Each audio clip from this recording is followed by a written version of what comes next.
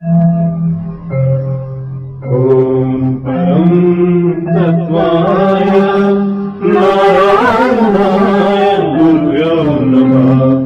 ॐ परं तत्त्वाय नारायणाय गुरुभ्यो नमः।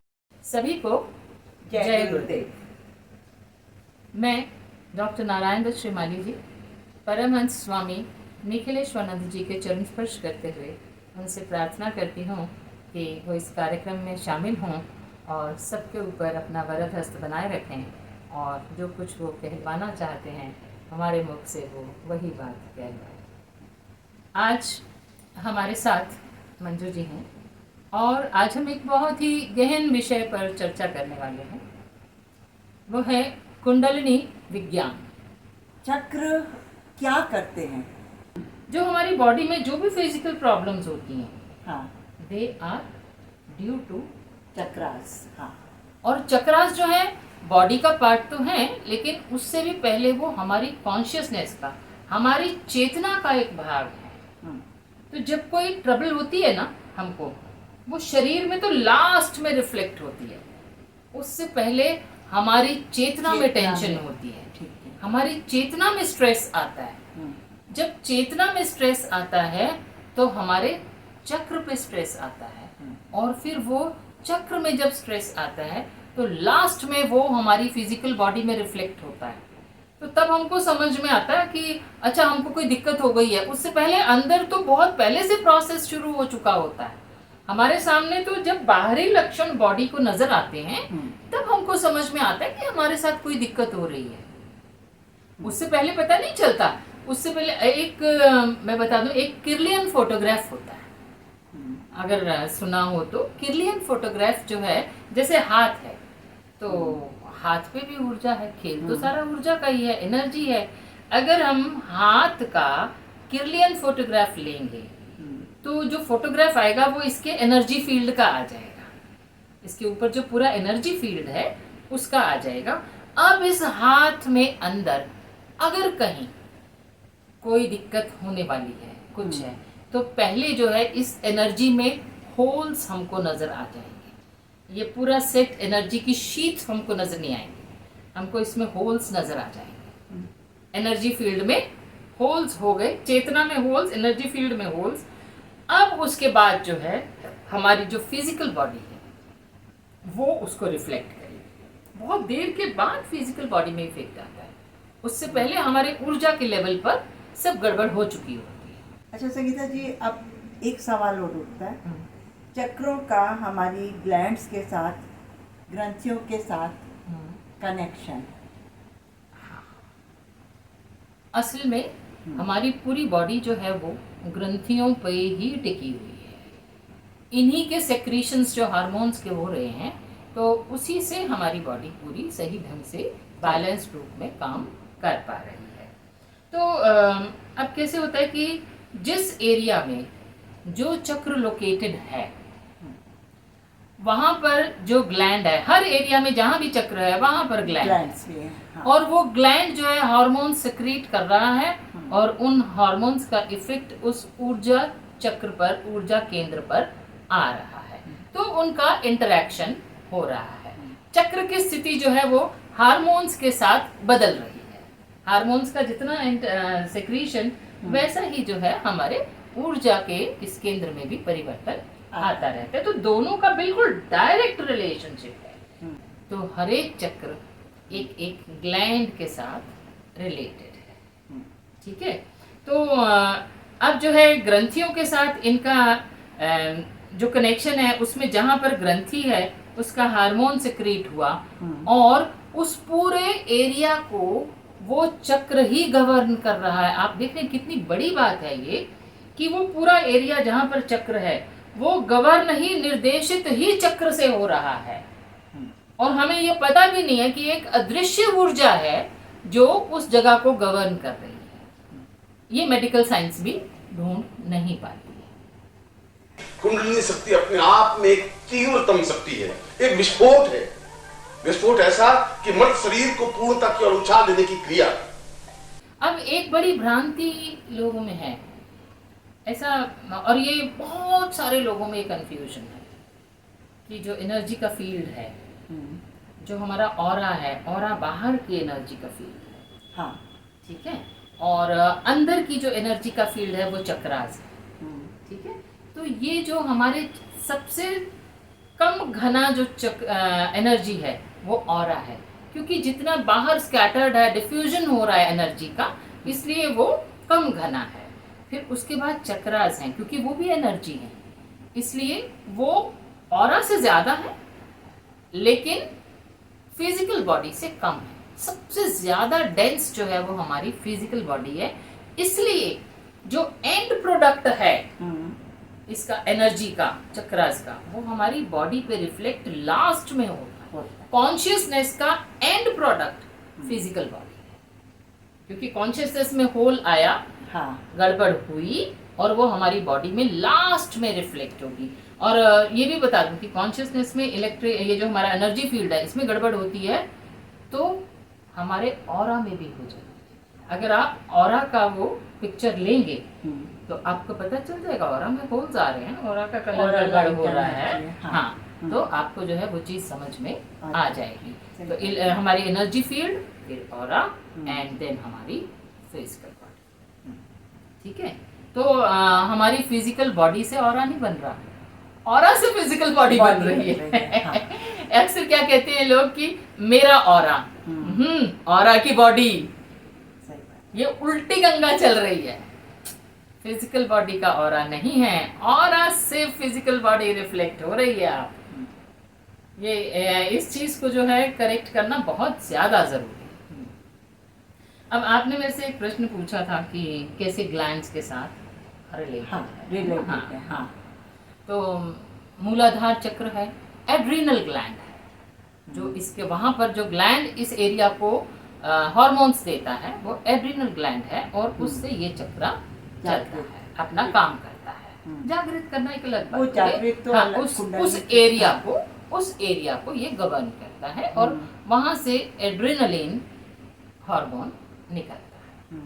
फिर इससे कुछ ऊपर जो है वो स्वादिष्ठान चक्र है, नाभि से 3 इंच नीचे, हाँ, स्वादिष्ठान चक्र, वहां पर गोनाड्स हैं, जो हमारा ग्लैंड है वो गोनाड्स है, और वो हमारे रिप्रोडक्टिव सिस्टम जो है उसको मेंटेन करते हैं। फिर तीसरा जो है वो मणिपुर चक्र है। मणिपुर चक्र जो है वो कहाँ पर है? नाभि से थोड़ा सा ऊपर, नाभि से थोड़ा सा ऊपर, वहां पर है पैनक्रियास। पैनक्रियास से पैनक्रियाटिक जूस निकल रहा है, और वो जो है इसको केटर कर रहा है। और फिर उसके ऊपर आ जाता है हमारा अनाहत चक्र, वो हृदय के पास, हृदय प्रदेश में हम उसको कह सकते हैं। और अनाहत चक्र को जो है थाइमस ग्लैंड है, थाइमस ग्लैंड उसको कंट्रोल कर रहा है। कंट्रोल क्या कर रहा है? मतलब उसको केटर कर रहा है अपने हार्मोन से, और उस पूरे एरिया को गवर्न हमारा अनाहत चक्र कर रहा है। अब अनाहत चक्र जो है इसको हम सेंटर का गिनते हैं। मैंने आपको पहले भी बोला, नीचे वाले इंस्टिंक्ट से रिलेटेड हैं, और जो ऊपर वाले हैं वो मेंटल एबिलिटीज के साथ रिलेटेड हैं। और हाँ, 7 चक्रास है ना, तो सेंटर का ये हृदय चक्र, अनाहत चक्र, ऊपर भी 3 और नीचे भी 3। हाँ, गुरुजी अक्सर कहते होते थे हृदय पक्ष को जागृत करो। तो हृदय पक्ष को जागृत करना अनाहत चक्र से ही था, क्योंकि ये प्रेम, ममता, करुणा, सिंपैथी, एम्पैथी, सब कुछ यही है। जो मानवीय गुण हैं, जो मानवीय गुण हैं वो अनाहत चक्र में, हृदय चक्र से जागृत। फिर हम इसके ऊपर चलते हैं तो ये थायराइड है। थायराइड से थायरॉक्सिन निकलता है, यहाँ पर विशुद्ध चक्र है। अब विशुद्ध चक्र में कहते हैं कि सरस्वती का निवास कंठ में होता है ना, अगर जागृत हो गया तो। अब उसके जो है, अब कैसे बच्चों को पता चले कि भाई ये जागृत हुआ कि नहीं हुआ, या जो है हमारे अंदर इसके कैरेक्टरिस्टिक्स आए या नहीं आए, कैसे पता चलेगा? जिसका विशुद्ध चक्र थोड़ा बहुत जागृत हो रहा है वो रचनात्मक हो, क्रिएटिविटी, लेखन, गायन, नृत्य, ये प्लस वो जब बोलेगा ना तो उसकी बात को सब सुनेंगे, एक सम्मोहन होगा मानेगा। वो कर्कश आवाज में ऐसे जो है कुछ भी बोल देना ऐसे नहीं करेगा, आलोचक नहीं होगा, आलोचक नहीं होगा। उसकी एक अलग पर्सनालिटी होगी। गुरुदेव भी कहते रहे हैं कि मैं अपने व्यक्तित्व का बहुत ध्यान रखता हूँ, मैं अपने व्यक्तित्व के लिए विशेष सावधान रहता हूँ कि मेरे मुंह से कोई भी गलत बात नहीं निकलनी चाहिए। क्योंकि हाँ, इस कंडीशन में हाँ, कोई किसी के लिए कुछ भी बोले, हाँ, वो पूर्ण हो जाते हैं। पूर्ण हो जाए। इसलिए वो इंसान बहुत सोच समझ के बोलता है। हाँ बिल्कुल जी, बिल्कुल ठीक कह रहे हो आप, वो सोच समझ के बोलता है। तो गुरुदेव कहते थे मैं अपने व्यक्तित्व का बहुत ध्यान रखता हूँ। आपकी पर्सनैलिटी, आपका ज्ञान, आपकी चेतना काम आएगी। आपकी पत्नी, आपके पुत्र, आपका सुख और आपके पंखे और आपके कूलर और आपके पलंग काम नहीं आ सकते आप। इसलिए आप अपनी पर्सनैलिटी की तरफ ही ध्यान दीजिए। आप हैं और महान अद्वितीय है, और वह अद्वितीयता गुरु के माध्यम से प्राप्त हो सकती है। ऐसा चाहता हूँ कि कृष्ण की तरह, सच्चिदानंद जी की तरह, निखिलेश्वरानंद की तरह तुम्हारी पर्सनैलिटी इतनी ऊंची हो कि कोई भी संसार का सूर्य भी तुम्हें स्पर्श नहीं कर सके। अगर कोई कर्कश है ना, उसकी बात में क्लैरिटी नहीं है, स्पष्टता नहीं है, अपनी बात को अच्छे से वो शख्स समझा नहीं पा रहा है, तो उसका विशुद्ध चक्र में गड़बड़ है। गुरुदेव ने एक बात कहा कि शब्द मेरे सामने नृत्य करते हैं, उन्होंने कहा। और एक प्रवचन में कह रहे हैं कि नृत्य 3 प्रकार के होते हैं। मैं थोड़ा सा अटेंटिव हो गई कि 2 तरह के तो सुने थे, ये तीसरा कौन सा है। तो गुरुदेव ने बोला कि एक तो फिजिकली जो हम नृत्य करते हैं, और दूसरा जो है जो हम मानसिक रूप से भी नृत्य करते हैं, और तीसरा उन्होंने कहा कि शब्दों का नृत्य, कि शब्द जो हैं मेरे सामने नृत्य कर रहे हैं, मैं कहीं से भी पकड़ सकता हूँ, ये भी एक नृत्य है और ये एक कला है। 64 कलाओं में से शब्दों का नृत्य भी एक कला है, ये गुरुदेव ने बताया। तो ये कला विशुद्ध चक्र से जुड़ी हुई। तो आपको इंसान के बोलने से, हाव भाव से, एक्सप्रेशन से, शब्दों के चयन से ये पता चल जाएगा कि इसका ये जो विशुद्ध चक्र है उसमें कुछ प्रोग्रेस हुई है या नहीं हुई है। आप आइडिया लगा लेंगे, अब कितनी है क्या है वो तो एक अलग बात है। अब इससे जब हम ऊपर चलते हैं तो वो आता है आज्ञा चक्र। मैंने जहाँ जहाँ पढ़ा, इसी को डिवाइन चक्रा भी कहते हैं। तो अक्सर जिससे भी पूछो या आप पढ़ो तो आज्ञा चक्र कहाँ है, वो कहेंगे यहाँ पर है, आईब्रोज के बीच में है। लेकिन साइंस इसको डिनाई करती है। कैसे डिनाई करती है, और मैं विज्ञान के साथ जोड़ रही हूँ इस चीज को, तो मैं पूरे खुलासे के साथ बात करूंगी। क्योंकि आज्ञा चक्र जो है वो ऐसे 2 कॉन्वेक्स लेंसेज जैसे जुड़े होते हैं, तो ऐसे जो है पूरा नीचे से ऊपर। पिट्यूटरी ग्लैंड कहाँ है? ब्रेन में। इधर कोई ग्लैंड नहीं है, इसलिए इस चक्र को मेंटल एबिलिटीज के साथ जोड़ा है। जो लोग 10 चक्रों का विश्लेषण करते हैं वो इसको आज्ञा चक्र, इसको विज्ञान चक्र, और इससे कुछ ऊपर प्रज्ञान चक्र की बात करते हैं। तो अगर इसको हम, ये विज्ञानमय कोश है, यहाँ तक विज्ञानमय कोश कहलाता है।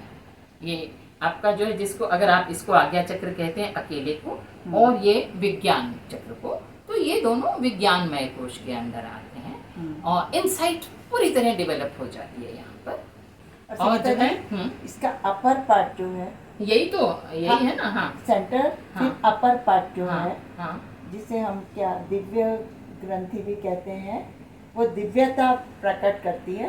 वो पीनियल ग्लैंड से जो जुड़ी होती है, हाँ, वो इससे भी ऊपर है, इससे भी। ये हेयर लाइन के पास, हाँ, ये हेयर लाइन जो है इसके पास प्रज्ञान कोश है, प्रज्ञान चक्र जिसको हम कहते हैं, और वो सीधा जुड़ा हुआ है पीनियल ग्लैंड के साथ। अब दिव्यता जिससे, अब ये जो है पिट्यूटरी ग्लैंड, हाइपोथैलेमस और पीनियल, तीनों ब्रेन में है, इधर नहीं है कुछ। जो लोग बहुत अच्छे डीप जानकार हैं वो कहेंगे कि आज्ञा चक्र इधर से हो रहा है, क्योंकि उसका एक्टिवेशन इधर नहीं हो रहा, से ही होता है उसका एक्टिवेशन। इधर जो है वो सिर्फ रिफ्लेक्ट कर रहा है रिफ्लेक्सेस को। बेसिक जो वर्क हो रहा है वो अंदर हो रहा है, और ये तीनों जो है ब्रेन में है, पीनियल, पिट्यूटरी एंड हाइपोथैलेमस। सबसे नीचे पिट्यूटरी, उसके ऊपर हाइपोथैलेमस, और उसके ऊपर पीनियल ग्लैंड। ठीक है। तो हाइपोथैलेमस को हम क्यों कहते हैं कि ये मास्टर ऑफ एंडोक्राइन ग्लैंड्स है, सारी ग्रंथियों का मास्टर?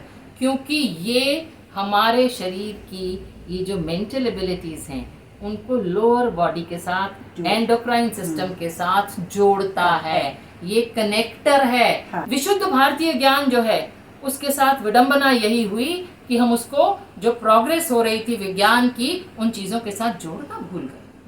हम अपने राग अलापते रह गए और लोगों ने उसको डिनाई कर दिया, उसको मानना छोड़ दिया, और हम आज भी यही काम कर रहे हैं। आज भी हम उसको सही तरीके से शरीर के साथ, विज्ञान के साथ जोड़ने की कोशिश नहीं कर रहे कि वो सर्वग्राह्य हो जाए, सब लोग उसको एक्सेप्ट करें। हम आज भी वो कोशिश नहीं कर रहे। और फिर ये जो पीनियल ग्लैंड है इधर जो है ये कहाँ है, ये इसके 4 उंगल पीछे हाँ। और ये सहस्त्रार से नीचे और इससे 4 अंगुल पीछे पीनियल ग्रंथि है, जिसको कहते हैं स्पिरिचुअल ग्लैंड, और जो बाहरी कॉन्शियसनेस के साथ, यूनिवर्स के साथ जुड़ी होती है। जब ये एक्टिवेट होती है तो सहस्त्रार जागृत होता है। इसके एक्टिवेट होने से पूर्ण आज्ञा चक्र जागृत होता है। हाइपोथैलेमस और पिट्यूटरी, इन दो के जागृत होने से आप आनंद में नहीं जा पाएंगे। आनंदमय कोश में आपको केवल पीनियल ग्लैंड लेकर जाती है, इसीलिए उसको स्पिरिचुअल ग्लैंड कहा गया। स्पिरिचुअल ग्लैंड, उसके नीचे हाइपोथैलेमस, उसके नीचे पिट्यूटरी। ये जो 2 ब्रेन्स के 2 पार्ट्स हैं, लेफ्ट और राइट, उनके सेंटर में ये रहते हैं। और पीनियल ग्लैंड के साथ ही आज्ञा चक्र पूरा होता है, अदरवाइज नहीं होता। हाँ, अगर आप 10 चक्रों की बात करते हैं तो आज्ञा चक्र, फिर उसके बाद विज्ञान चक्र, फिर उसके बाद प्रज्ञान चक्र। प्रज्ञान चक्र नाम से ही जो प्रज्ञा से रिलेटेड है। और फिर जो पीनियल ग्लैंड है वो हमारे यूनिवर्स के साथ रिलेटेड है, और पूरी स्पिरिचुअलिटी, पूरी फुल कॉन्शियसनेस हमको दे रहा है, जिसको हम कहते हैं कि सहस्त्रार जागृत हो गया। ये 2 भूहों के बीच की बात नहीं है, ये पूरा क्षेत्र आज्ञा चक्र का है, और तीनों ग्रंथियां इस पर इक्वली इम्पैक्ट डाल रही है। अभी एक चीज और भी है, बहुत बड़ी बात है वो, कि जब यहाँ पर 3 ग्रंथियों का इम्पैक्ट होता है तो 3 कॉन्शियसनेस इफेक्ट कर रही हैं, पिट्यूटरी की भी और हाइपोथैलेमस की भी, हाँ। और पीनियल की भी। क्वांटम फिजिक्स जो आज कह रहा है कलेक्टिव कॉन्शियसनेस की बात, वो सबसे पहले हमारे शरीर में यहाँ पूरी हुई। जो क्वांटम फिजिक्स के आज जितने एनालिस्ट हैं वो यही कहते हैं कि सबसे ज्यादा एक्टिवेटेड जो है वो कलेक्टिव कॉन्शियसनेस है। तो हमारी बॉडी में कहाँ है? यहाँ।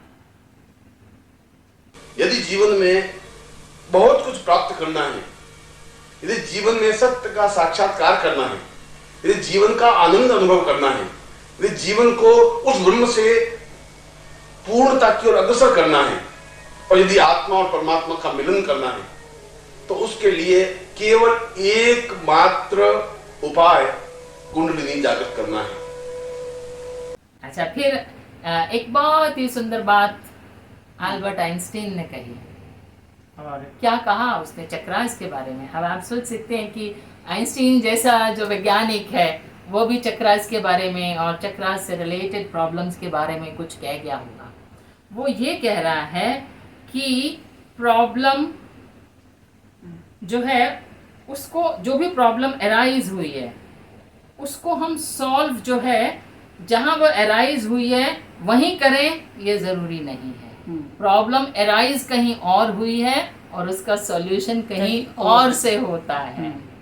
तो ये इतनी बड़ी बात और इतनी प्यारी बात आइंस्टीन ने कही, जिसको हमारे जो गुरुदेव थे वो फुलफिल करके दिखा गए कि प्रॉब्लम बॉडी में है, एक्टिवेशन इधर से हो रहा है और उसको दूर वो यहाँ से कर रहे हैं। इसके साथ ही मैं आज ये भी कहना चाहूँगी कि हम लोग जितना हमारा ये विशुद्ध भारतीय ज्ञान है, इसको थोड़ा नए तरीके से, थोड़ा रिसर्च करके, प्रवचन के मेथड से नहीं, साइंटिफिक वे से विज्ञान के साथ जोड़ते हुए लोगों के सामने रखें। अब तो इसके साथ ही हम आपसे विदा लेते हैं और आपको जय गुरुदेव। जय गुरुदेव। सभी को जय जय गुरुदेव। गुरुदेव।